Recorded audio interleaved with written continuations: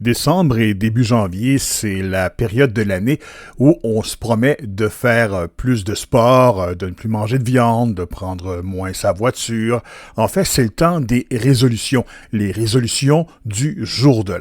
Malheureusement, la majorité des résolutions qu'on prendra, on ne les tiendra pas. Pourquoi est-ce ainsi? Quelles sont les conditions gagnantes pour changer un comportement? Voilà la question à se poser.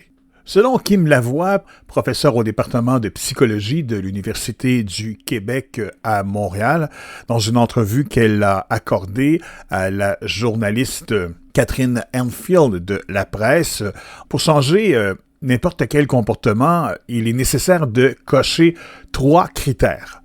Il faut d'abord reconnaître que le comportement est problématique. Il faut ensuite avoir la motivation de s'engager dans le processus de changement. En fait, c'est ce qu'elle appelle la carotte. Enfin, il faut avoir confiance en sa capacité de faire des changements. Elle explique que chez les fumeurs, par exemple, où ça bug, c'est souvent dans la confiance en soi. Ce qui est dommage, c'est que les échecs peuvent miner la confiance. Ainsi donc, se fixer des objectifs réalistes prend ici toute son importance. Kim Lavoie explique que si vous ne vous êtes jamais pointé au gym, ce n'est pas le temps de vous fixer l'objectif de vous abonner à un gym et d'y aller 4-5 fois par semaine pendant 2 heures.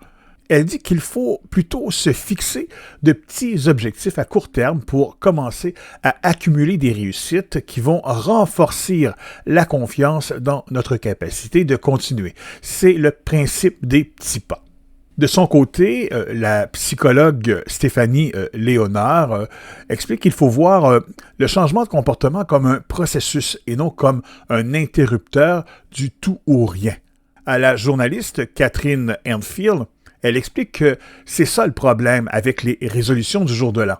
Les gens s'attendent à ce que du jour au lendemain, parce qu'on a décidé quelque chose, ça va générer des changements, alors que c'est un processus avec des hauts et des bas. Alors, l'important, selon elle, c'est d'améliorer ses statistiques.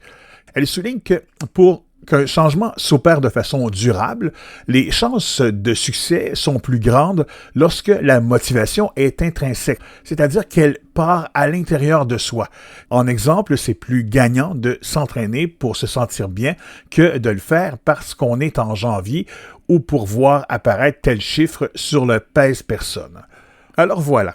Et si cette année, on prenait la résolution de ne pas prendre de résolution et de plutôt regarder à l'intérieur de soi, se trouver des raisons intrinsèques pour changer certains comportements et d'y aller comme expliquent les 2 personnes interviewées par Catherine Enfield, y aller à petite dose avec des petites bouchées et y aller progressivement. Voilà une recette gagnante.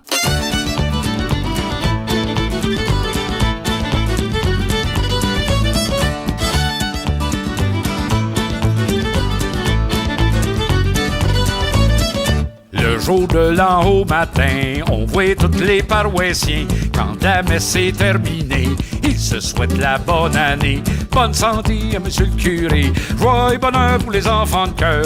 Une poignée de main à tous les paroissiens. Les filles embrassent les garçons, c'est le jour de l'an, ils en profiteront. C'est dans le temps du jour de l'an, on visite tous nos parents. Il faudra pas trop fêter pour ne pas se déranger. Du brandy pour les invités, trop de liqueur pour les enfants de cœur, un verre de vin pour les paroissiens, la bière et du whisky blanc pour les jobbers du lac Saint-Jean. La bière et du whisky blanc pour les jobbers du lac Saint-Jean.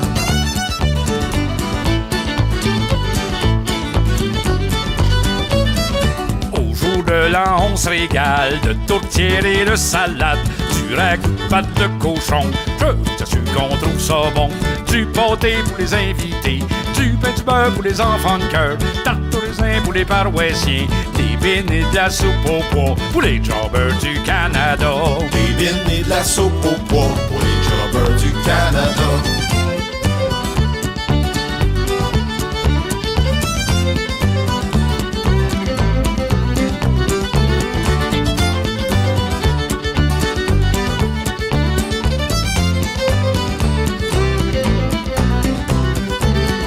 C'est dans le temps du haut de l'an, on va voir tous nos parents. On apporte tous les cadeaux dans un joli porte-manteau. Des reliquats pour la grand-maman, du beau tabac pour le grand-papa, un beau violon pour Gédéon, une bouteille de Généva Pour les jobbers du Canada. Mais le soir après souper, on se prépare pour danser. On dira à Gédéon, frotte ton achète sur l'arc-en-son.